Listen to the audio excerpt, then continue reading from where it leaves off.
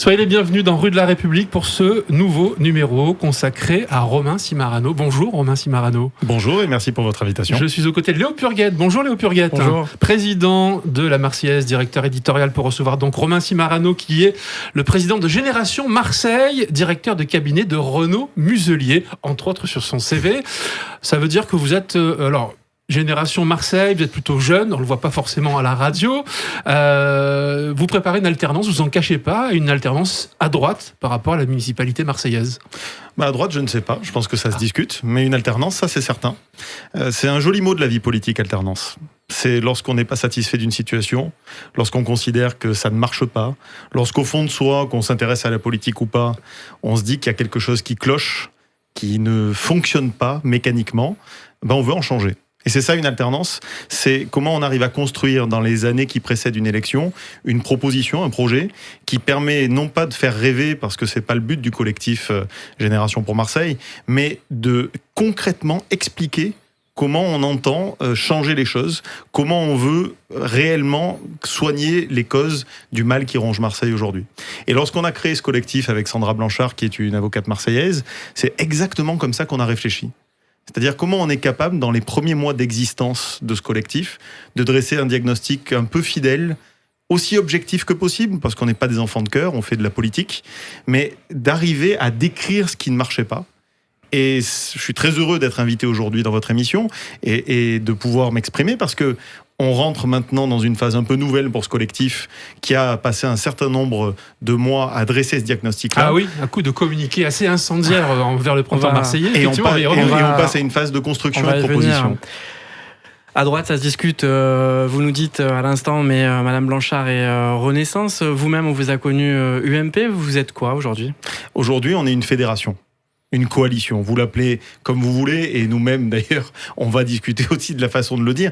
Mais ce qui est certain, c'est que notre objectif, si on le prend sur le plan des idées et de la vie politique, c'est de rassembler tous ceux qui, du centre-gauche jusqu'à la droite républicaine, sont capables de travailler ensemble pour un projet local.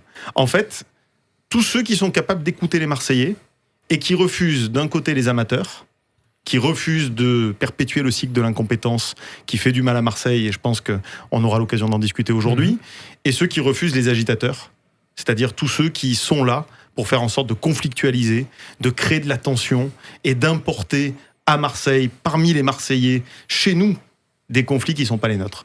Et ce double refus-là, il crée aussi nos bornes. C'est-à-dire que oui, du centre-gauche jusqu'à la droite, on est capable de se fédérer, de travailler ensemble. On a dans le collectif et dans son bureau politique des représentants de la totalité des formations politiques, mais aussi des représentants de certains élus, parce qu'il faut un bureau politique, il faut cadrer les choses et dire ce qu'on est sur le plan des idées. Et donc on arrive à faire ce rassemblement au niveau de notre génération. Alors votre génération, effectivement, c'est peut-être une manière aussi de vous émanciper du bilan précédent de la mandature Gaudin. On sait que vous êtes un proche de Renaud Muselier qui lui-même s'était exprimé assez violemment sur ce bilan. Comment vous arrivez à convaincre que c'est aujourd'hui qu'il faut tourner la page alors que les Marseillais ont eu le sentiment de la tourner en 2020 ? Mais c'est bien parce qu'ils n'ont eu que le sentiment de la tourner en 2020 que notre projet est intéressant. Je vais vous dire, si en 2020, le printemps marseillais qui a été amené au pouvoir avec Madame Rubirola avait, pendant les 4 ans qui viennent de s'écouler, réussi à démontrer que le souffle nouveau était là, que le changement était arrivé pour Marseille, qu'on avait vraiment enfin pris à bras-le-corps les problèmes qui minaient cette ville, non pas depuis Jean-Claude Gaudin, mais en réalité depuis l'après-guerre. Si vraiment cette démonstration avait été faite, et si les Marseillais le ressentaient aujourd'hui, on servira à rien. La réalité, c'est que si ce projet est intéressant, c'est qu'on vit une double déception. On vit d'un côté la déception collective d'avoir confié les clés de la ville à des personnes qui étaient là pour faire rêver et qui nous ont déçus ensuite, et le fait d'avoir très vite, 6 mois après l'élection de Madame Rubirola, remis en selle les tenants d'un système, les tenants de ce mode de fonctionnement précis qui condamne Marseille au déclin.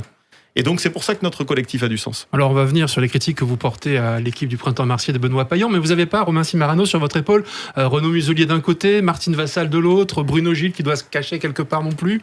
C'est pas lourd à porter tout ça ? Je sais que ça se voit pas en radio, donc peut-être que nos auditeurs ne l'entendront pas, mais vous me voyez en face et vous voyez que je n'ai personne sur mes épaules. Je confirme, effectivement. Non, mais plus sérieusement, aujourd'hui, dans la vie politique, on a besoin de renouvellement.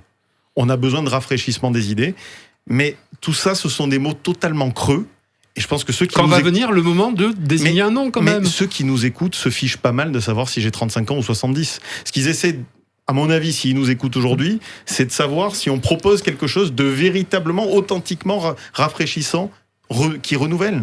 Et moi, je peux vous dire que dans les fonctions qui sont les miennes aujourd'hui en tant que président de ce collectif, c'est un collectif. Ça veut dire qu'on travaille ensemble, ça veut dire qu'on prend les décisions ensemble et donc qu'on discute.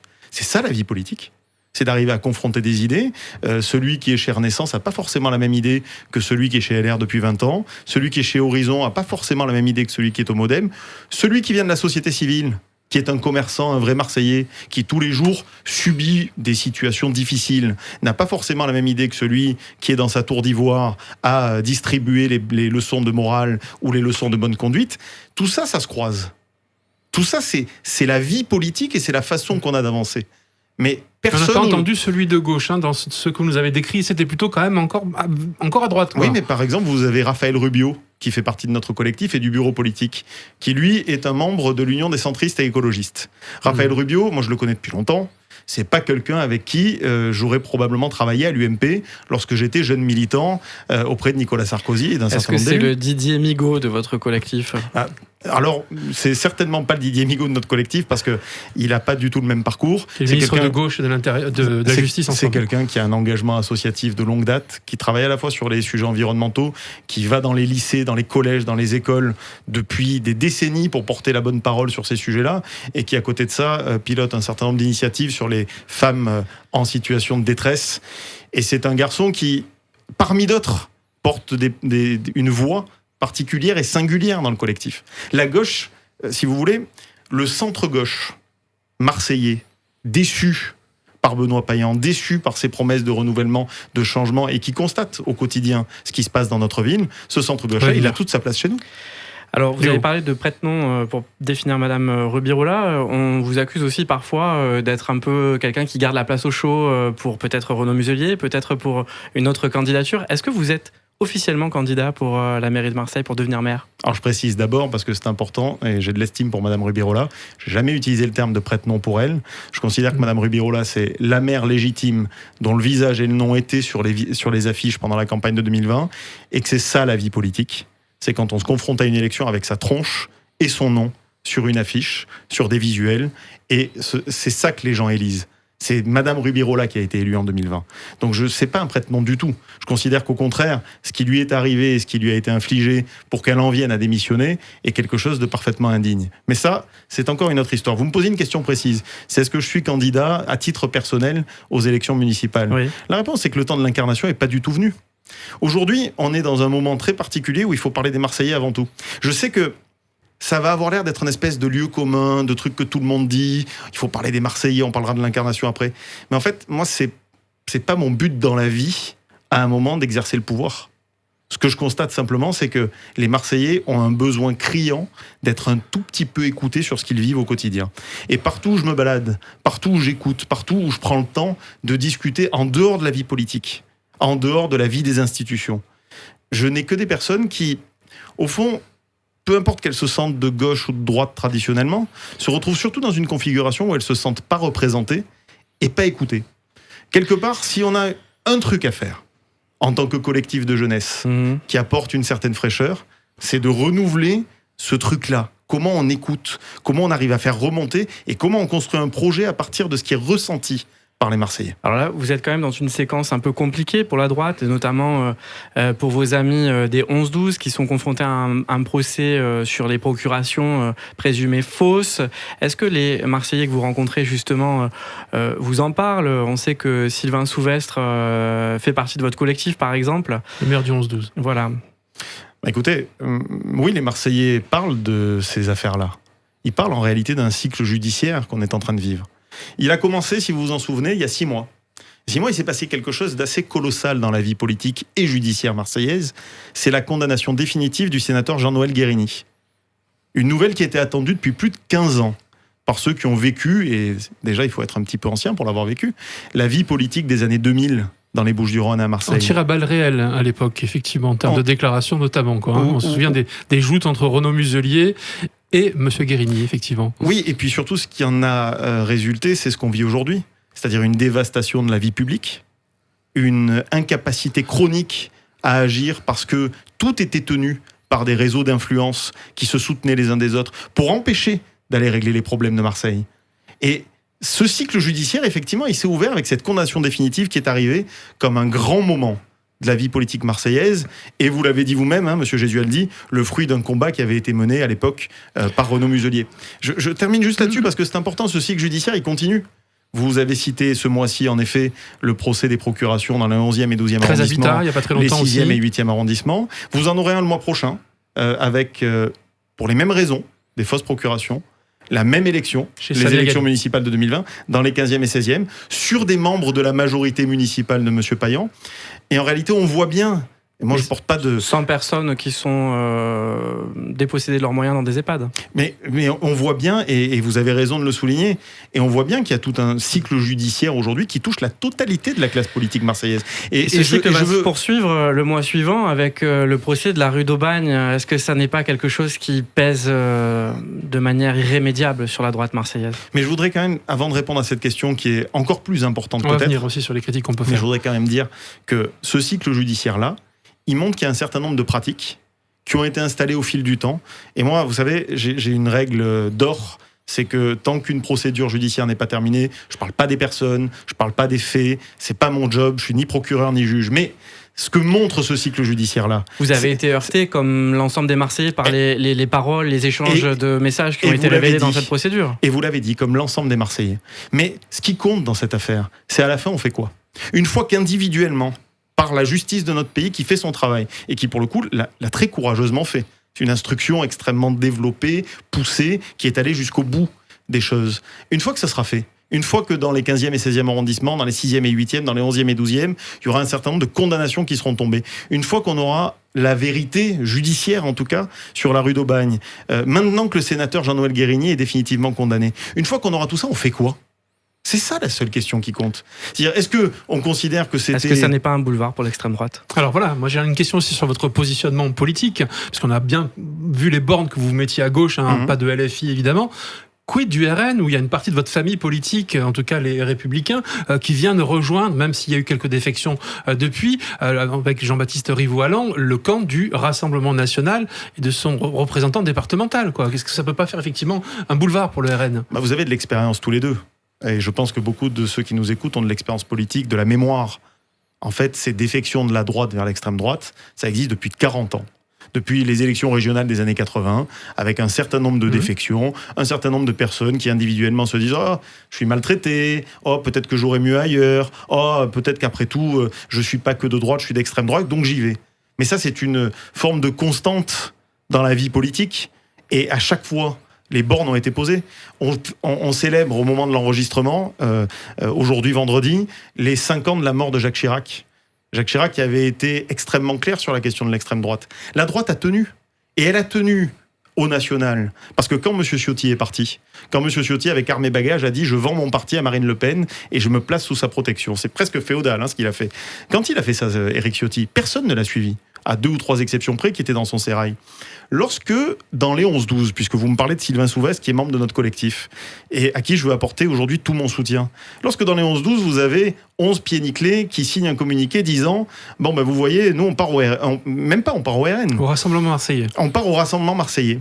Il y en a quand même 6 qui se désistent de ça, parce qu'ils se rendent compte, dans la vraie vie, une fois qu'ils ont signé ce communiqué, qu'ils se retrouvent à côté de Mme Grisetti, la députée RN. Ils ne le savaient pas avant, ils n'ont pas eu des coups de fil, justement, des fameux réseaux dont on parlait tout à l'heure. Je ne suis pas dans leur tête, et je suis incapable de le dire. Moi, ce que je vois bien, en tout cas, c'est qu'on a affaire, comme d'habitude, à des défections, des désistements de personnes. Mais vous avez posé une question qui est beaucoup plus importante que ça. Vous m'avez demandé si ce n'était pas un boulevard pour l'extrême droite, ce qui se passait. Ça sera un boulevard pour l'extrême droite du moment qu'on ne fixe pas une ligne claire sur comment on change tout ça. Comment on amène du sang neuf, comment on amène de l'air frais, en se servant de l'expérience. Et ça, c'est très important, de toutes celles et ceux qui ont montré leur capacité à gouverner, à apporter des solutions, à faire émerger des projets, mais en même temps, en changeant les pratiques, en montrant qu'on est capable de rentrer dans le 21e siècle.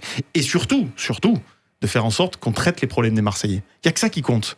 C'est vrai que si on se contente de dire la droite revient pour prendre Marseille, ou Pardon, hein, je parle un peu à leur place, mais ne vous inquiétez pas, le printemps marseillais n'a rien fait pendant le premier mandat, mais ça va bien se passer dans le deuxième. Oui, c'est sûr que là, on crée un boulevard pour l'extrême droite. Alors, vous m'avez pas répondu sur la rue d'Aubagne. Et sur la rue d'Aubagne, oui, je partage votre sentiment. C'est un procès extrêmement important. Pardon de le placer sur le plan humain, parce que je crois que c'est avant tout ça qui est important. Ça sera un procès très important pour les familles des victimes. La vérité, totale, nue, crue. Qu'est-ce qui s'est passé? Comment on a pu en arriver là? Donc de ce point de vue-là, avant tout, c'est quelque chose de très important. Sur le plan politique et même institutionnel, ce sera important aussi parce que ça apporte un éclairage sur des pratiques municipales, en l'occurrence. Comment tout ça s'est passé pour en arriver là aussi. Donc oui, il y a une importance cruciale. Pour autant, j'apporte non pas une nuance, mais un complément à tout ça.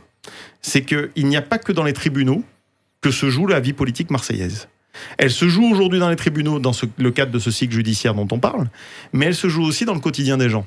Et si on se focalise, et là c'est un peu pour nous tous que je dis ça, à la fois politique et médias, si on se focalise exclusivement sur la question judiciaire, on oublie aussi que dans le quotidien, on l'a vu ce matin au collège Mallarmé, on l'a vu il y a 3 jours à la piscine Vallier, on oublie que dans le quotidien de nos concitoyens, de nous en fait, dans ce qu'on vit au quotidien, il y a des choses qui clochent profondément.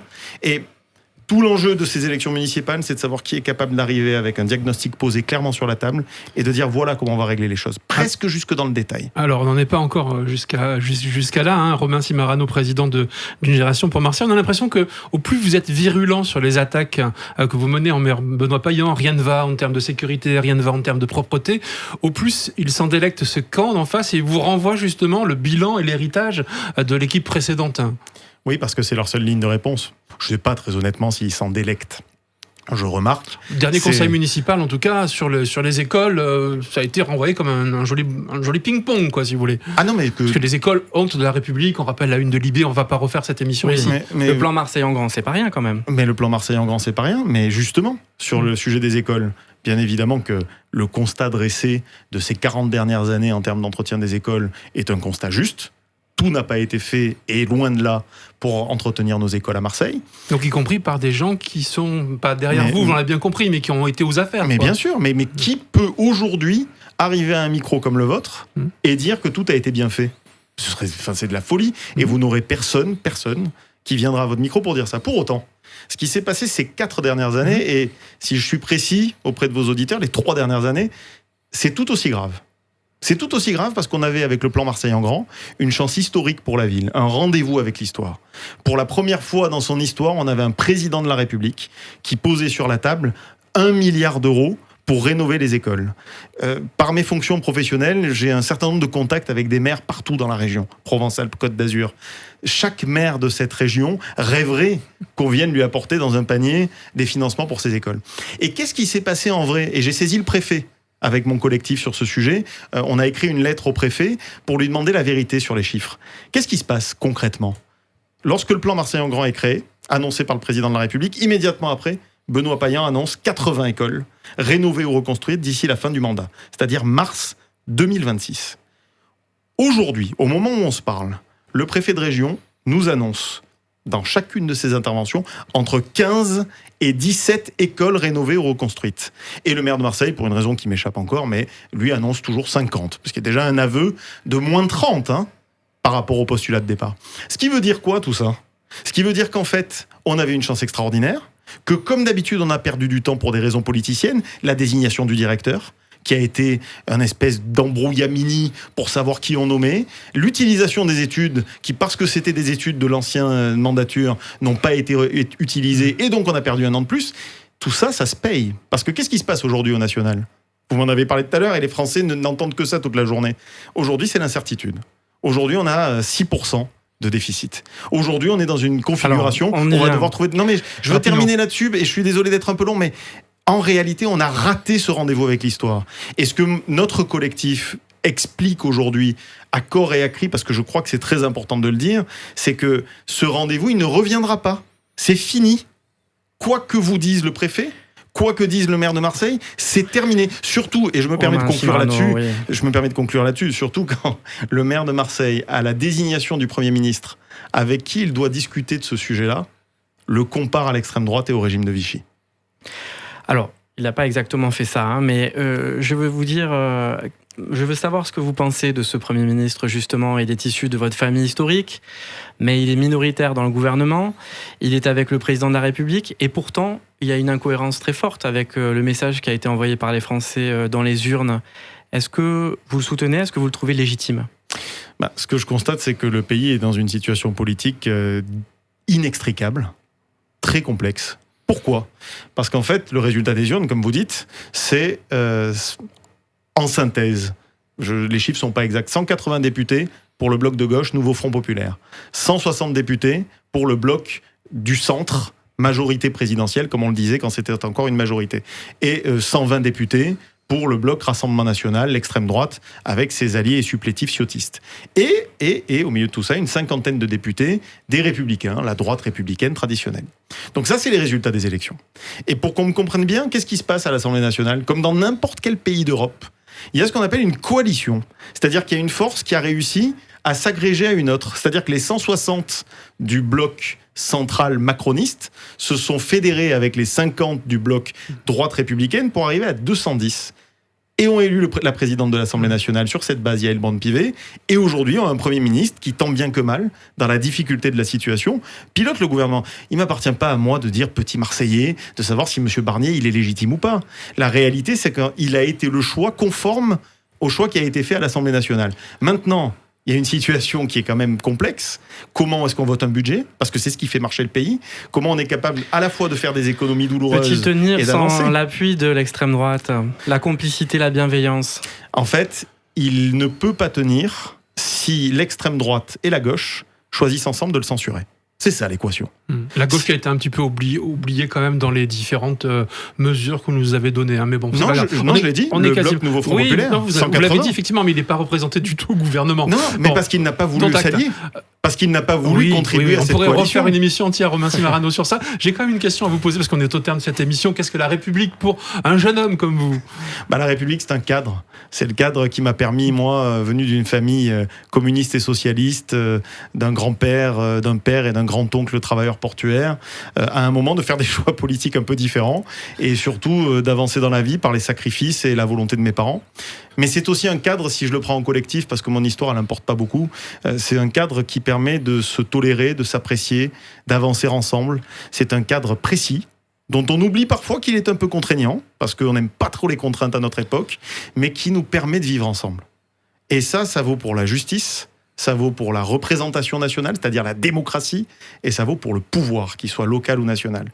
Et ce cadre-là, moi j'aimerais bien, mais c'est peut-être un vœu pieux, mais j'aimerais bien qu'on en parle plus souvent, et je crois que vos auditeurs peuvent vous être reconnaissants de poser cette question à chaque fois à vos invités, parce que ça permet d'avoir des définitions très différentes en fonction des profils. Je vous le confirme. Merci beaucoup Romain Cimarano, le président de Génération pour Marseille, une génération pour Marseille. Merci à Léo Purguet également d'avoir été en notre compagnie. Excellente journée à tous. Merci à vous.